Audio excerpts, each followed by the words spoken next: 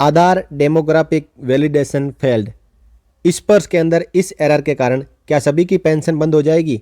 जय हिंद साथियों, नमस्कार। सैनिक समाचार इंडिया में आप सभी का एक बार फिर स्वागत है। साथियों, इस पर्स में जिनका माइग्रेशन हुआ है, खासकर प्री 2016 का, उनका आधार कार्ड में और इस पर्स के प्रोफाइल में उनका नाम, डेट ऑफ बर्थ, जेंडर, उनका address, mobile number, email ID और पिन कोड नंबर, इनमें से यदि कोई एक भी जानकारी मैच नहीं कर रही है तो उनको पेंशन डाटा वेरिफिकेशन और मैनेज प्रोफाइल करते समय आधार डेमोग्राफिक वैलिडेशन फेल्ड का मैसेज आता है। तो क्या इस प्रकार पीसीडी द्वारा सभी की एक एक करके पेंशन बंद कर दी जाएगी? क्योंकि ये डाटा तो 100 में से 10 पेंशनर्स का मैच करता है, बाकी स्टेट वाइज अलग अलग नाम की पॉलिसी के मुताबिक किसी का मैच करेगा भी नहीं। तो जो आधार डेमोग्राफिक वैलिडेशन फेल्ड की समस्या भूतपूर्व सैनिकों के सामने आ रही है, उसके बारे में government of Maharashtra department of सैनिक वेलफेयर ने पहल करते हुए 6 अक्टूबर 2022 को आर्मी हेडक्वार्टर MP8 और PCDA को पत्र लिखकर अवगत कराया है, जिसमें कहा गया है कि difficulties faced during login with Sparsh due to demographic changes in Aadhaar card. State wise अपनी अपनी पॉलिसी होती है और आधार कार्ड है वो सेंट्रल गवर्नमेंट की पॉलिसी के ऊपर चलता है। तो डॉक्यूमेंट में नाम बिल्कुल सही होता है, लेकिन जो फर्स्ट नाम, सेकंड नाम और लास्ट नाम में कुछ एक चेंजेस हो सकते हैं। यानी फर्स्ट नाम जहाँ स्टेट गवर्नमेंट में पहले लगता है तो आधार कार्ड में लास्ट में लगा होगा, या मिडिल नेम आगे पीछे होगा। तो इस प्रकार कुल मिलाकर जो इस पर्स के प्रोफाइल में और आधार कार्ड के ऊपर ये जानकारियाँ 100% मैच नहीं कर रही है। और इसी के बारे में आगे कहा गया है कि सेंट्रल गवर्नमेंट के निर्देशों के अनुसार सभी सर्विस और फैमिली पेंशन, डिफेंस पेंशनर्स और विडो, इनका इस पर्स में माइग्रेशन आने वाले समय में कंप्लीट हो जाना है। लेकिन ऐसा देखा जा रहा है कि ज़्यादातर एक्स सर्विसमैन्स को इस पूरे प्रोसेस में, यानी पेंशन का बैंकों से इस पर्स में माइग्रेशन के दौरान बहुत तरीके की समस्याएं आ रही है, क्योंकि उनका मिलिट्री में जो नाम है और आधार कार्ड में जो नाम है वो नाम मैच नहीं कर रहा है। आगे इसमें कहा गया है कि जब वो पर्टिकुलर एक्स सर्विसमैन इस पर्स में लॉगिन करता है एंड जब आधार कार्ड एंटर करता है तो एक मैसेज दिखाई देता है, आधार डेमोग्राफिक वैलिडेशन फेल्ड। तो जैसा कि कस्टम है महाराष्ट्र में, पहले सरनेम आता है, उसके बाद फर्स्ट नेम आता है, उसके बाद मिडिल नेम आता है, और इसी प्रकार उसका जो नाम है वो 10वीं की मार्कशीट के अंदर भी होता है। तो the same name is recorded in soldier record office and PPO, और यही नाम जो है सोल्जर के रिकॉर्ड ऑफिस और PPO में भी एंटर किया जाता है। लेकिन जो आधार कार्ड है उसके अंदर पहले फर्स्ट नाम, उसके बाद मिडिल नेम और उसके बाद सरनेम आता है। यानी जो महाराष्ट्र में पहले सरनेम लगता है वो आधार कार्ड में सरनेम को पीछे लगाया जाता है। और इसी प्रकार गुजरात, आंध्रा, केरला, कर्नाटका, तमिलनाडु, इन सब स्टेट गवर्नमेंट की अलग अलग नेम को रिकॉर्ड करने की पॉलिसी है। अब जब एक्स सर्विसमैन इस पर्स की हेल्पलाइन नंबर पर कॉल करते हैं कि मुझे आधार डेमोग्राफिक वैलिडेशन फेल्ड की समस्या आती है, तो वो कहते हैं कि आधार कार्ड में आप अपना नाम डिस्चार्ज बुक के मुताबिक करवाओ। But since most of the ex serviceman are of old age do not know the process. अब कहा जा रहा है कि ज़्यादातर वेटरन्स ऐसे हैं, जो पेंशनर होगा उसकी एज तो ज़्यादा होगी ही, तो उसमें भी मोस्टली जो सीनियर सिटीजन्स है, हर एक पेंशनर ये सब चेंजेज जल्दी से करवाने में सक्षम नहीं है। This procedure is likely to stop the pension of many ex serviceman as submission of DLC will be delayed. आप सभी को पता है कि DLC जो है वो पर्टिकुलरली आधार बेस्ड ही है। यदि आपका आधार नंबर इस पर्स के प्रोफाइल में अपडेट है तो डिजिटल लाइफ सर्टिफिकेट इस पर्स PPO द्वारा एक्सेप्ट किया जाता है, नहीं तो ये रिजेक्ट हो जाता है। तो जो DLC का प्रोसीजर ये है, और स्पेशली जिनका माइग्रेशन इस पर्स में हो चुका है तो उनको माइग्रेशन के 2 महीने के अंदर अंदर उनको अपना लाइफ सर्टिफिकेट जमा करना पड़ता है। तो 2 महीने में यदि लाइफ सर्टिफिकेट जमा नहीं कर पाएंगे तो पेंशन बंद होना लाजमी है। और जो आधार डेमोग्राफिक वैलिडेशन फेल्ड का एरर आ रहा है, उसके लिए यदि वो सर्विस डॉक्यूमेंट या फिर आधार कार्ड में चेंजेज करवाने जाएंगे तो इसमें काफ़ी लंबा समय लग सकता है।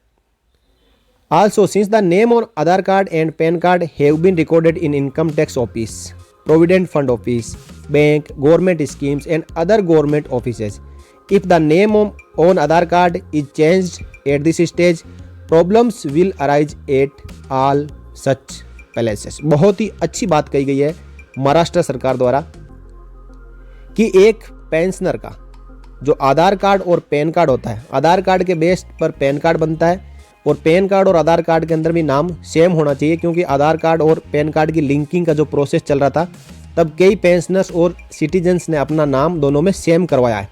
तो अब दोनों में नाम सेम है, लेकिन आर्मी के जो record office, PPO, discharge book, इनके अंदर नाम चेंजेज है।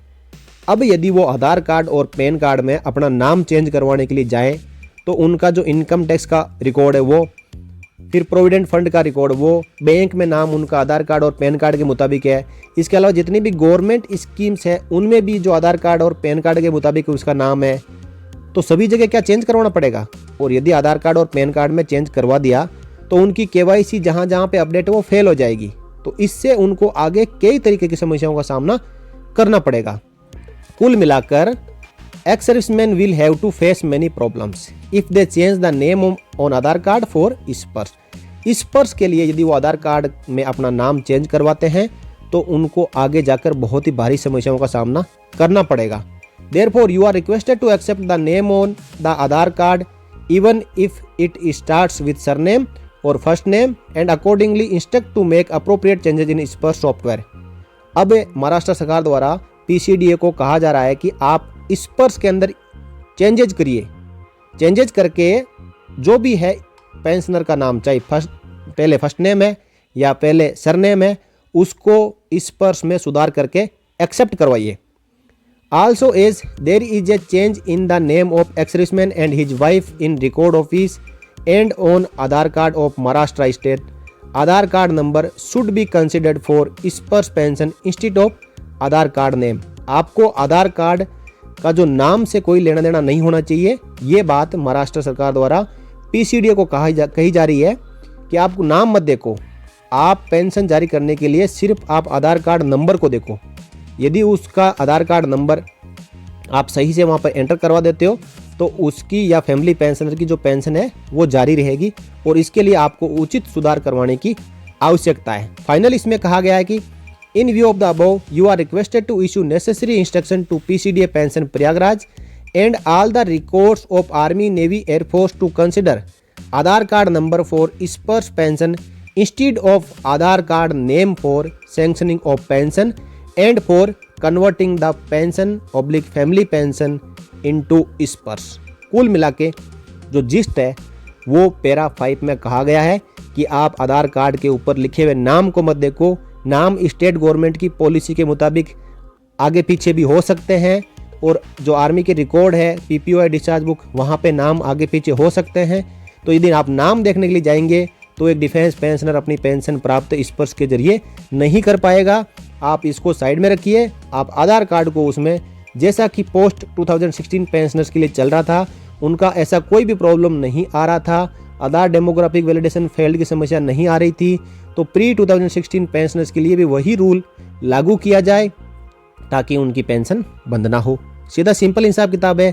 एक पेंशन लेने के लिए, डिफेंस पेंशन लेने के लिए यदि वो आधार कार्ड और पैन कार्ड में अपना नाम चेंज करवाएंगे तो उससे लिंक्ड जितनी भी अलग और जुड़ी हुई एसोसिएटेड सर्विसेज है, जहाँ जहाँ उनके नाम में आधार कार्ड के मुताबिक, नाम के मुताबिक खाते खोले गए हैं, पेंशन, प्रोविडेंट फंड, उसके साथ income tax record, LIC policy, वहाँ सभी जगह उनको समस्याओं का सामना करना पड़ेगा। तो एक डिफेंस पेंशन में स्पर्श में इस नाम को साइड में रखा जाए और उनके आधार कार्ड को इम्पोर्टेंस दिया जाए, आधार कार्ड को अपडेट करने दिया जाए ताकि उनका डिजिटल लाइफ सर्टिफिकेट जमा हो सके और सही सुचारू रूप से पेंशन उनकी आ सके। और जो जितने भी बुजुर्ग और ओल्ड एज पेंशनर है उनको चक्कर ना काटना पड़े। तो साथियों, बहुत ही अच्छा लेटर जो है महाराष्ट्र सरकार द्वारा लिखा गया है। पीसीडीए और आर्मी हेडक्वार्टर को यहाँ पे समझ लेना चाहिए, सीजीडीए को भी यहाँ पे इन्वॉल्वमेंट कर लेना चाहिए, मिनिस्ट्री ऑफ डिफेंस को भी इसके ऊपर ध्यान देना चाहिए कि ये समस्या केवल महाराष्ट्र गवर्नमेंट के या महाराष्ट्र के रहने वाले डिफेंस पेंशनर्स की नहीं, ये उन सभी स्टेट गवर्नमेंट के पेंशनर्स की है या रेजिडेंट्स की है या डिफेंस पेंशनर्स की है, जहाँ पर नाम के आगे पीछे सरनेम, जोड़ा जाता है। तो साथियों, यदि इस वीडियो में दी गई जानकारी से आप सहमत हैं तो आप वीडियो को लाइक ज़रूर करें और इस वीडियो को ज़्यादा से ज़्यादा शेयर करें।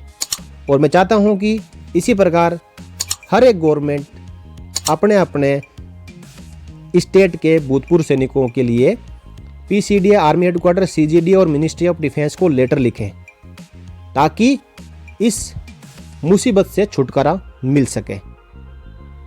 साथियों, वीडियो अच्छा लगा हो तो ज़रूर शेयर करिएगा ताकि इस जानकारी के बारे में सभी को पता चल सके और वो भी अपने सरकार या लोकल किसी अथॉरिटी के जरिए सरकार तक अपनी बात को पहुंचा सके कि हमारे बिहाफ में भी सीजीडीए और पीसीडीए को लेटर लिखा जाए और इस समस्या से अवगत करवा जाए। इस वीडियो में इतना ही साथियों, मिलते हैं अगले वीडियो में एक और लेटेस्ट जानकारी के साथ। तब तक के लिए जय हिंद, जय भारत, वंदे मातरम।